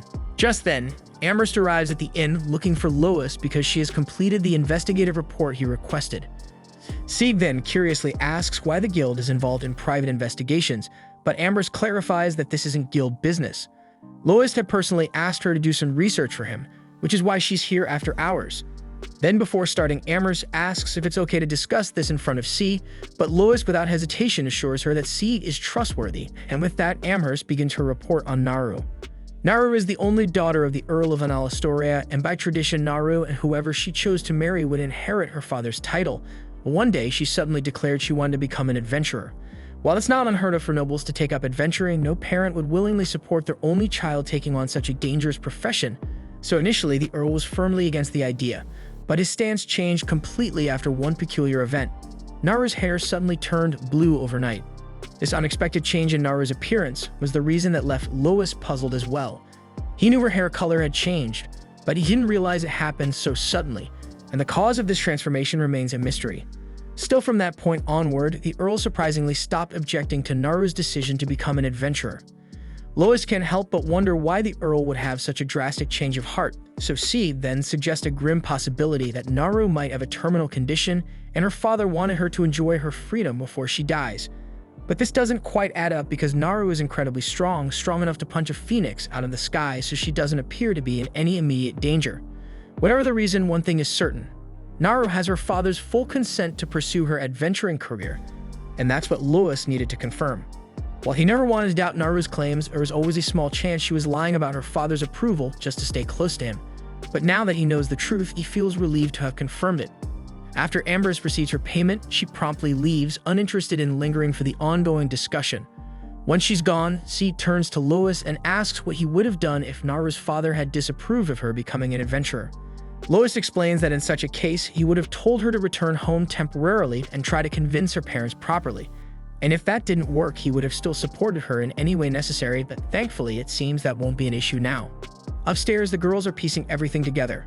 Naru is the daughter of an earl, yet she trained relentlessly, dropped everything to come here after hearing that Louis had been kicked out of his party, and even boldly asked him to live with her. They're all deeply impressed by how proactive Naru is in her romantic pursuit, and Lara can't help but wish she could be as courageous. And that makes the group devise a plan to help. They bring Lara downstairs and practically drag her into confessing her feelings to Sieg, so she nervously asks him if they can have a private chat outside. Sieg, puzzled but noticing her seriousness, agrees to step outside with her. Once they're alone, Lara musters the courage to ask Sieg to be her partner. Initially, Sieg misunderstands, thinking she's talking about their adventuring party, but Lara quickly clarifies that she means partners for life. Only then does it dawn on Sieg that she's confessing her romantic feelings. Meanwhile, all the girls are crowded near the door, eagerly spying on the conversation to see Sieg's reaction. Sieg is completely flustered and stammers that he needs time to think about it. Lara, while disappointed by his lack of an immediate answer, understands because Sieg has never been the type to plan ahead when it comes to matters of the heart, so she's willing to wait for his decision. The girls are thrilled that Lyra's confession went better than expected. Then Lois turns to Naru and asks if she has time to talk with him tomorrow because there's something important he wants to tell her. Meanwhile, down in the labyrinth, a group of rookie adventurers finds themselves cornered by an orc on the upper floors. They don't stand a chance against it, so they desperately hide, hoping it moves on. Fortunately, the orc doesn't notice them and lumbers past, and just when they think they're in the clear, they make a dash for the exit, but another orc appears and cuts off their path. And to make matters worse, the first orc starts doubling back, leaving the group moments away from being trapped on both sides unless they act fast. But not to worry, because the group's leader had prepared for situations like this to ensure everyone's survival, which is precisely why they brought Keith. But as for poor Keith, well, let's just say he won't be writing a memoir about this adventure, because the group uses him as bait to lure the orcs away while they make their escape. Meanwhile, back in town, Lois and the others are enjoying breakfast together. But Naru is so lost in thought she can barely focus on her food. Stieg and Lara start to worry about her, assuming her distraction has something to do with Lois. He mentioned having something important to tell her, but never specified what it was or when they talk, so now Naru can't stop daydreaming about what it might be. Lara nudges Lois, suggesting he stop stalling and just talk to Naru already. But Lois hesitates because this isn't a conversation to rush. Still, if he drags it out much longer, Naru might actually start nibbling on flowers out of nervousness, so he finally decides to rip off the bandage. Lois then approaches Naru, and the moment he calls her name, she jolts nervously and asks what he needs. He tells her it's time for that discussion, and she eagerly braces herself for whatever he's about to say. But before Lois can get a single word out, the door to the inn slams open. And somehow, against all odds, Keith stumbles in alive but battered. Sheila recognizes him instantly and panickedly rushes over to check on his injuries. A little while later, Lois finishes healing Keith and reassures everyone that the kid is going to be fine, and his injuries weren't nearly as bad as they seemed, so for now, Lyra and Sheila will be looking after him. The others find this arrangement a bit odd because it makes sense for Lyra to be involved since she's a healer, but why does Sheila? So Mary steps in to explain that Sheila and Keith have been friends since they were kids. Keith is a labyrinth orphan, so he grew up alongside Sheila and is the same age as her. So Mary could never abandon him, and she often let him hang around the inn and share meals with them. And over time, she grew attached to him and would have gladly given him a job at the inn. But Keith had his heart set on becoming an adventurer, so Mary supported his dream. She even remembers how happy he looked when he told her he'd join his first party. And now look how that turned out. Lois then turns to Naru, apologizing for postponing their talk again because there's something urgent he needs to handle first. He'd already called in a favor to track down the party that abandoned Keith in the labyrinth. The guild members caught up with them and delivered a thorough beating as punishment. And now they're offering Lois the chance to decide their fate. But after seeing the state they were left in, Lois decides they've been punished enough. But he orders the party to leave the city immediately, warning them to never come back, and with no other choice, the party flees. Amherst, however, isn't thrilled, and while she understands Lois' anger and why he sought justice, disputes between adventurers are supposed to be handled by the guild, not vigilant action. So she warns that she can't condone their approach. This enrages the adventurers, who point out that the guild did absolutely nothing to address the issue in the first place, nor were they planning to take any meaningful steps to ensure justice for Keith. Amherst concedes that the guild's response to these situations is woefully inadequate, but reminds them that she's bound by management's orders and has little say in how these matters are handled. Just then, Handsome arrives fuming and begins scolding the adventurers for taking matters into their own hands and banishing the party, and he claims that they had no authority to make such a decision. The adventurers, however, fire back, yelling that Handsome has no right to criticize them when he did absolutely nothing to address the problem in the first place. Tensions rise until Lois steps in, urging everyone to calm down and assure them that he'll speak with Handsome directly to address their grievances. When Lois meets with Handsome, he lays out everything that happened. Handsome is still displeased that the adventurers acted on their own, but now that he's heard the full story, he can understand why they did what they did. Lois then challenges Handsome, asking why he hasn't implemented any measures to prevent such situations, and he points out that other cities have policies to protect labyrinth orphans from being used as bait. But Handsome counters with a sharp question of his own. Will those policies actually be enforceable in Labyrinth? Cities can draft all the rules and regulations they want, but if they don't result in meaningful changes, they're just a waste of time and resources. Lois then presses further, asking if Handsome intends to abandon all the Labyrinth orphans who end up being exploited. But Handsome corrects him, stating that Lois is missing the point. He's always been upfront. Anyone dissatisfied with the way this city operates is free to leave. It's not about shutting down complaints, it's about making sure that only those who can truly handle the life of an adventurer take up the role. The guild has never forced anyone to become an adventurer, and that includes Keith. If Keith can't handle the risks inherent to the job, Handsome argues that he should have chosen a different path. Lois wants to push back to tell Handsome he's wrong, but part of him reluctantly agrees with the harsh truth in his words. Still, Lois insists there has to be a better way to address the situation and protect Labyrinth orphans. At this, Handsome stands and recalls something a man once told him. For an adventurer, the incompetent are as good as dead, so it's best to be prepared from the very start. Handsome then reminds Lois that those were his words spoken years ago, and to drive the memory home, Handsome reveals a scar he received during their time together. Years ago, when Lois was just starting out as an adventurer, he and Handsome got roped into being the pack mules for a party of seasoned adventurers. Handsome in particular was treated like dirt, so seeing this, Lois offered to help carry some of Handsome's load to ease his burden. But Handsome, too proud to accept pity from someone as useless as Lois, barked back at him to shut up and mind his own business. That night, while the rest of the group huddled by the fire warm and laughing, Handsome sat alone in the freezing cold, stewing in regret over taking this miserable job, even if it paid all right. Hours later, after the others had fallen asleep, Lois woke Handsome with an urgent warning. A group of goblins was approaching. He told Handsome to alert the others while he stayed behind to keep watch, so Handsome did as he was told. When the group assembled, Lois explained the situation. The others were skeptical and demanded to know if he was certain, but Lois stood firm. There was no mistaking it.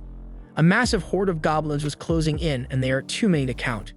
When the group finally saw the goblins for themselves, panic set in. They realized there was no way to win against such overwhelming numbers, so their only hope was to flee, but the leader argued that running outright was too dangerous. To buy time, the party devised a cruel plan, used Lois and Handsome as bait to distract the goblins. Before Handsome could grasp what was happening, he and Lois were shoved off the side of a cliff and left behind. Handsome then furiously called for help, but Lois stopped him and explained bitterly that the others had never intended to help them. And this was likely why they'd been allowed to join the party in the first place as disposable pawns for the dirty work. The situation enrages Handsome, though he knows there's nothing he can do until they escape. He and Lois vow to survive this ordeal together and take revenge on the party that heartlessly abandoned them. They fight fiercely against the goblins for what feels like an eternity, but facing such a massive horde of only the two of them is a losing battle. So eventually they have no choice but to retreat, taking refuge in a hollow tree to avoid detection. Handsome begins to lose hope, consumed by the thought that survival against the goblin horde is impossible, and also the bitterness of being sacrificed by their former allies gnaws at him. However, Lois points out something few people know. Goblin hordes are actually more inclined to target larger groups, so if the goblins find the party, they'll redirect their attack. And almost as if on cue, the goblins locate the party and immediately swarm them. Amid the chaos, while the party is being brutally slaughtered, Lois and Handsome manage to slip away unnoticed.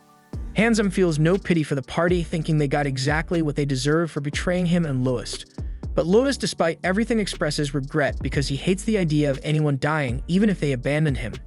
Still, he knows there's nothing they can do, so he urges Handsome to focus on getting back to town. As Handsome moves to follow, he suddenly collapses in agony because his arm was injured during the battle with the goblins. Lois is stunned and demands to know why Handsome hit it, and Handsome admits he didn't want to be a burden, especially in such a dire situation. Lois tries to heal him, but Handsome protests, warning that the goblins will notice them if he keeps it up. He then tells Lois to leave him behind, blaming himself for being weak and claiming someone as useless as him doesn't deserve to live. But Lois refuses to abandon him and fiercely shouts that Handsome is wrong, that even in a world that's cruel to those deemed incompetent, there's always hope for redemption. From that moment on, Lois and Handsome fought side by side, breaking through the goblins' defenses with sheer determination until they finally reached the safety of the city. To Handsome, Lois was nothing short of salvation, yet Lois's cold truth about the world being harsh on the incompetent still rang true.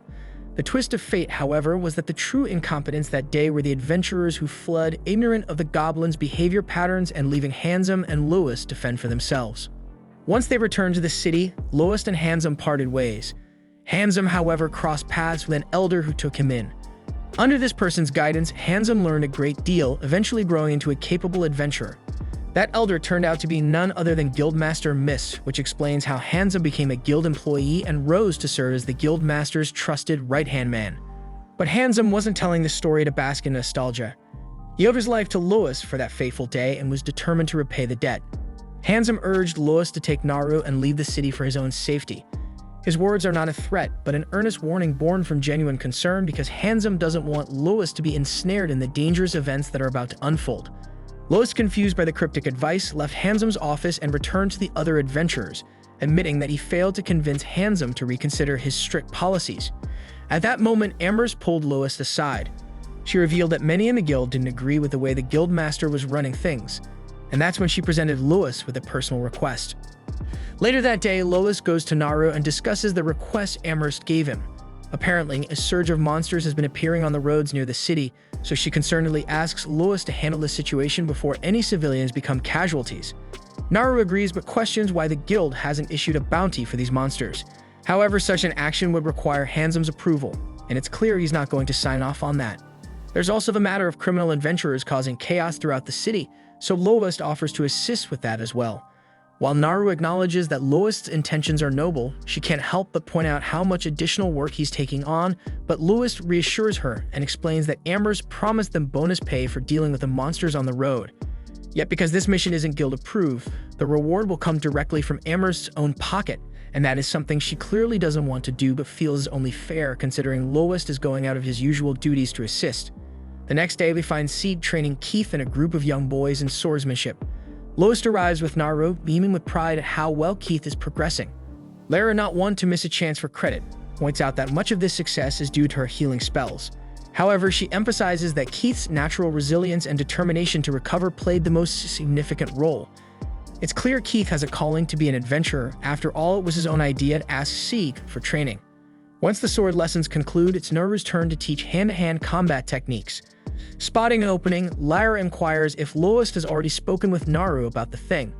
But Lois, as absent-minded as ever, seems to have completely forgotten, so Lyra gets angry at him and C, with a smile, notes that she's back to her usual fiery self. Meanwhile, Handsome meets with the guildmaster, bringing along a letter from the Prime Minister.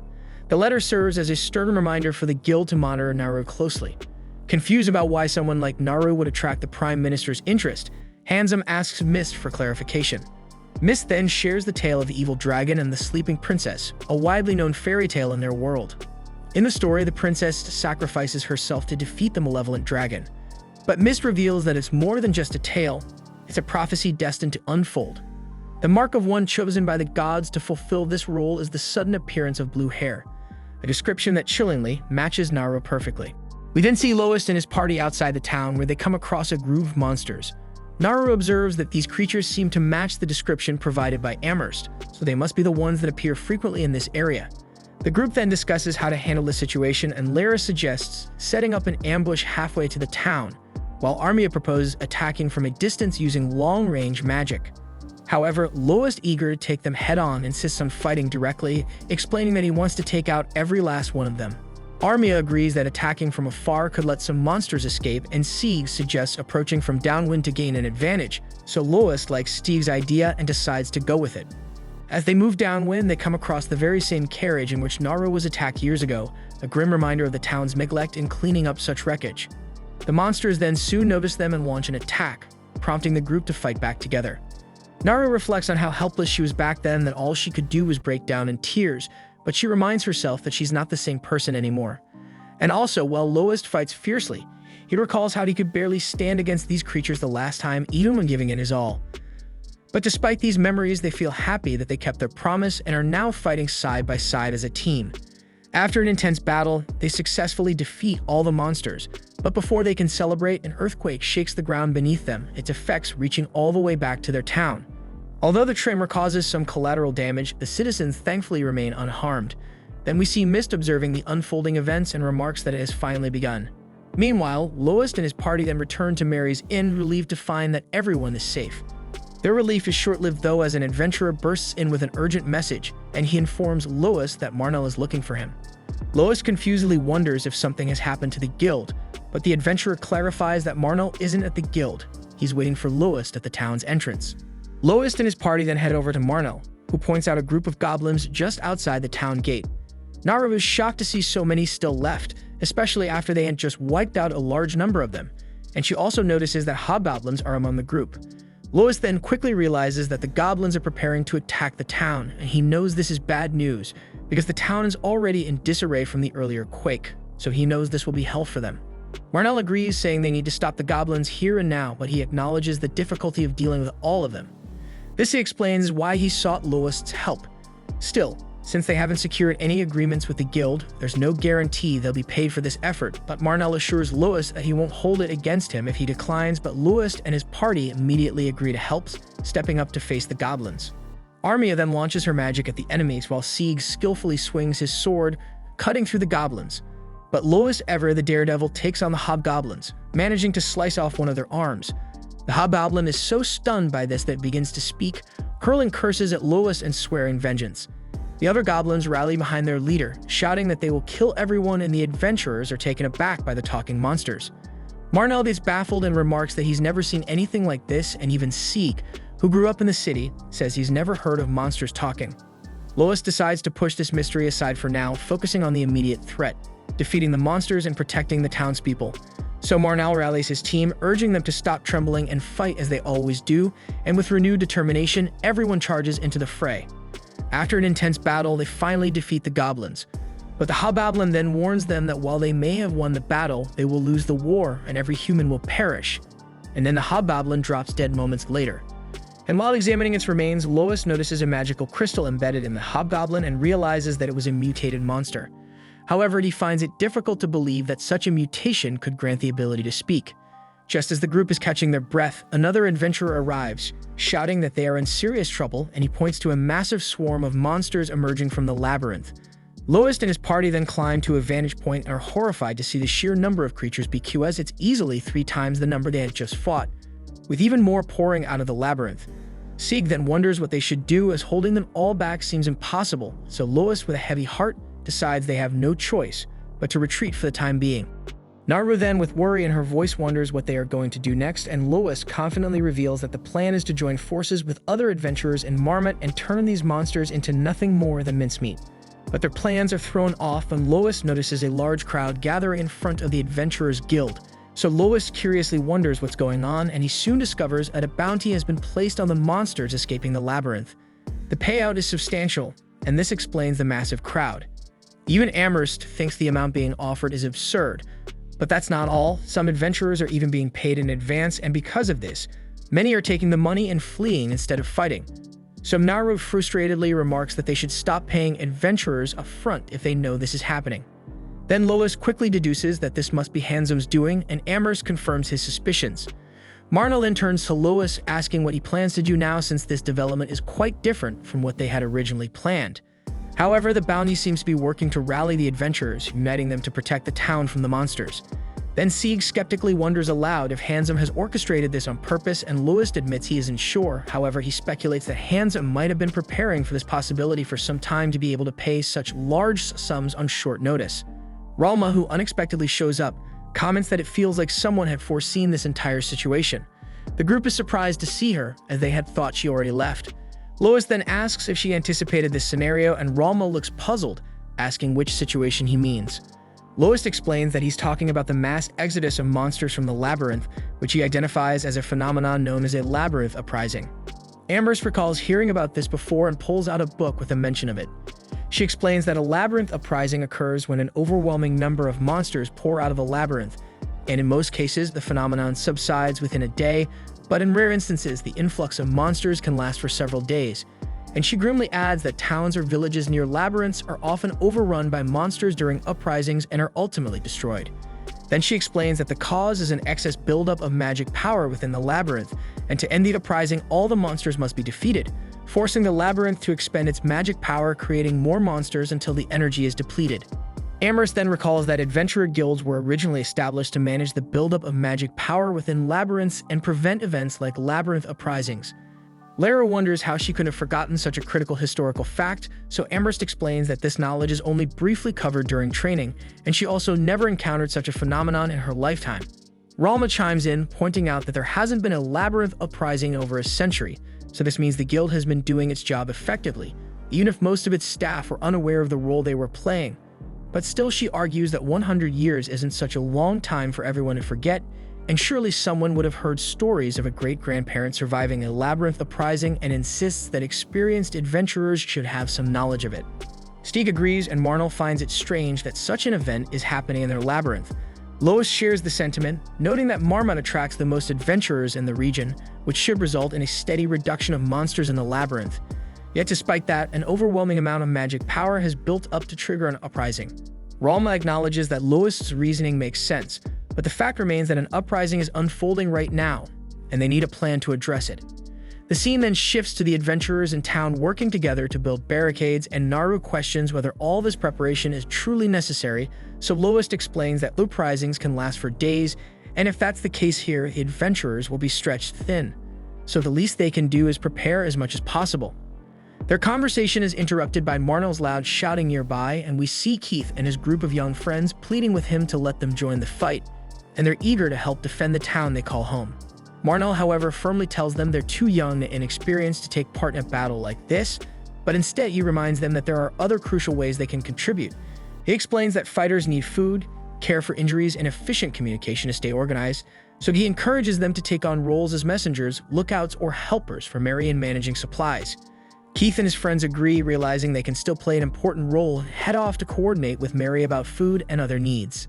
Lois then walks up to Marnell, who reflects on how the two of them were just like these kids in their youth, and adds with a nostalgic tone that he wants the children to enjoy their childhood while they still can. But their conversation is cut short as the monsters breach the town. The adventurers, driven by the promise of a hefty payout, leap into action. Using carriages, they block the monsters' escape routes and launch a coordinated attack. Lois soon notices that mid-level monsters are already inside the town, and that shit makes him sad. But Ralma observes him quietly and suspects he's blaming himself for letting this happen, so she tells him to stop indulging in self-doubt, reminding him that none of them, not even her, have ever faced a labyrinth uprising before. So instead of brooding, she urges him to give it everything he's got. Lois takes her advice and refocuses on the fight. Amid the chaos, liches suddenly appear in the sky. Lara is stunned to see them not only active in broad daylight, but also speaking. Sieg speculates that they may have mutated, like the other monsters, all of whom seem fixated on killing the humans. Ralma then hurls her signature fireball at the liches, giving the group an opening to charge the enemy lines. But as the battle wears on, Ralma grows exhausted and steps back to rest. Lois, noticing her retreat, warns that there are still many monsters left and reinforcements are nowhere in sight, but Ralma is firm in her decision. Moments later, more monsters swarm the area, prompting Naru to plead with Ralma to keep providing magical support, but she is drained and refuses. So with no other choice, Sieg and Lois take the front lines, carving through the monsters one by one. However, Sieg slips on something mid-fight, leaving him vulnerable to an approaching monster. And just as it seems all hope is lost, Ronaldo makes a dramatic entrance, cutting down the monsters near C in a single decisive strike. Ronaldo greets the group warmly, relieved to see Naru and Lois alive. Lyra, watching the exchange, is surprised that he knows them. So Naru explains that Ronaldo once trained her in swordsmanship, but Ronaldo says that he only gave her a few lessons because martial arts were her true strength. Then with a teasing smile, he adds that she was still better than our incompetent Lois.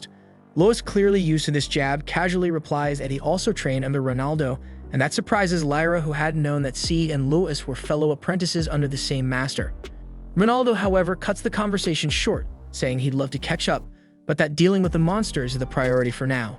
Ronaldo then charges into battle, tearing through monsters like they're worthless scraps, leaving Marnell to gape and ask who this guy even is. So Ralma explains he's an exceptional swordsman and shares that the two of them used to adventure together when Lois was training with them. But as they talk, Handsome suddenly appears, stepping out of some kind of portal, and tells Ralma that Mist wants to see her. Ralma is stunned and recognizes the spell as a lost art, and finally understands why Mist had been impossible to track down. She agrees to go with him, confident that Ronaldo can handle things in her absence. Lois, seeing the opportunity, asks to go along, mentioning that he has questions for the guild branch manager. Handsome agrees, adding that Mist requested Naru as well, and then the four of them step into the portal. They reappear in a long hallway, and as they walk, Naru nervously asks why Handsome included her. Lois isn't sure, but he reassures her by vowing to protect her. But Ralma interjects, warning that Mist is far too powerful, even for her, so she hopes Lois won't do anything stupid. They finally reach their destination and come face to face with Mist, but without hesitation, Ralma furiously attacks him with a fireball. But we see that Mist remains completely unharmed, standing with an unshaken calm. As the air settles, they see Mist as an elf, and Ralma explains he's from a race that lost the gods' favor long ago and is likely their last surviving member. Mist, seemingly amused by Ralma's outburst, remarks that she hasn't changed a bit over the years. And then he asks if this is how she greets her master, leaving Lois stunned as he realizes that this old dude is Ralma's master. Ralma then explains that elves are naturally more adept at magic than humans, and this particular elf has honed his craft for over 600 years, mastering every kind of magic imaginable, and despite her own abilities, she admits that she doesn't even come close to his level of power. Lois is taken aback to learn that his master had a master of her own, while Ralma jokes, wondering if he ever truly thought of her as human. Meanwhile, Mist blatantly stares at Naru in a way that leaves her uncomfortable and surprised. Lois notices and asks her if something is wrong, but she waves it off, choosing not to escalate the situation. Ralma, however, addresses Mist directly, questioning his sudden appearance after leaving her in the lurch for so long and only summoned her now after she nearly caught him sneaking around behind the scenes. She sarcastically hopes he's not planning to act like her master again, but Mist doesn't appreciate her attitude, and Handsome, ever the loyal lackey, chimes in to support Mist. So she sarcastically wonders if Handsome is Mist's new apprentice, so Mist asks if she's jealous, but Ralma flatly denies it. He then claims Handsome lacks talent for magic, but Handsome insists Mist is still his master because he's learned plenty from him beyond magic. Mist then smugly holds out Handsome as an example of how a disciple should behave, but Ralma dismisses it with her trademark indifference. Mist finally gets to the point, saying they'll take some time to explain everything, so to set the stage, he casually conjures a table and chairs, flouting the rules of magic with ease. And once they're seated, Ralma wastes no time and directly accuses Mist of orchestrating the arrival of the troublemaking adventurers, and he likely threw money around to hire them as mercenaries from the situation at hand. She further reveals that Mist had encouraged people to leave the town, likely to protect the respectable adventurers and citizens from the chaos, which only suggests he knew the Labyrinth uprising was inevitable. Mist calmly responds, suggesting that they must have noticed the signs too. Lois then connects the dots, realizing Mist is referring to the increasingly strong monsters appearing on the upper floors of the Labyrinth and the recent surge in mutations, and he explains that these phenomena are the result of a spike in magical energy within the Labyrinth. Naru then curiously asks why he didn't warn anyone if he knew that the uprising was imminent. Handsome then interjects with a cryptic comment, questioning if warning the people would have made any real difference. Lois counters, arguing that at the very least, the people could have evacuated, potentially saving many lives.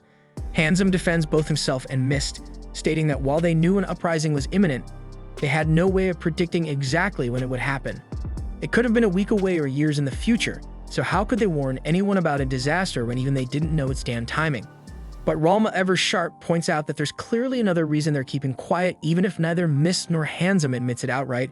Their guilty expressions, however, say more than their words ever could, and that makes Ralma cautiously hopes they aren't responsible for causing the uprising themselves. Mist denies direct responsibility, adding that if such events could be controlled, they wouldn't have allowed them to spiral into chaos. And he also explains that the order to stay silent came from much higher authorities, so Lois curiously asks if the directive came from the guild in the capital.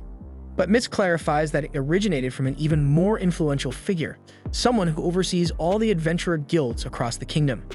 Handsome warns Mist against divulging too much information, but Mist shrugs it off, saying that since the uprising has already begun, there's no point in keeping secrets any longer. But Ralma reveals that the uprising could last for days, with waves of monsters potentially destroying multiple towns during this period. But eventually the creatures will run out of magic and vanish. And she adds that the capital and its elite nobles, perched comfortably in their lofty positions, will remain untouched by the chaos as always. Mist then tries to justify the decision of the higher-ups, arguing that raising an alarm too early could have plunged the entire kingdom into panic and disorder. Naru then asks what this means for the people of Mardat, and Lois bluntly responds, saying they're essentially cannon fodder. Ralma pieces everything together, realizing this is why Mist took certain precautions ahead of time. Mist acknowledges her sharp observation, appreciating that she noticed his efforts, though Lois and Naru remain puzzled. So Ralma explains to them that the mysterious white pillars scattered around town are a likely key to safeguarding the area if her suspicions are correct. Mist then proposes a deal to Ralma, acknowledging that the adventurers defending the town will eventually run out of strength. So he suggests that she could help them, pointing out that her body likely contains more magical energy than anyone else in the world. Ralma then directly asks what she gets in return, so Handsome interrupts, explaining that the plan is to slay the Labyrinth Master located on the lowest floor of the labyrinth. Naru gets skeptical and points out that no one has ever found the Labyrinth Master, but Handsome counters that while it hasn't been located, they have a solid idea of where it might be.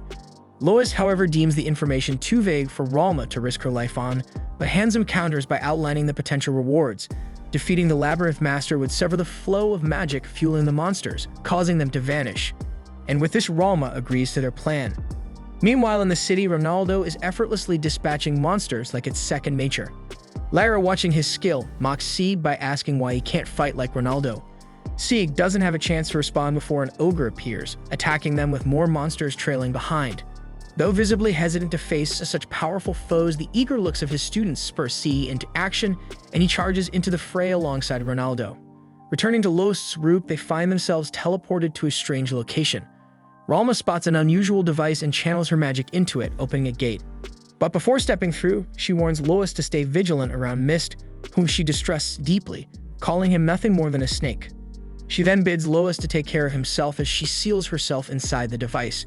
Lois, realizing this might be their last moment together, tries to stop her, but it's too late. Moments later, the device emits a powerful beam of energy, enveloping the entire town in a shimmering wall of light. Lois observes in awe, realizing the town now truly has a protective barrier, and we see the monsters are unable to penetrate the translucent shield.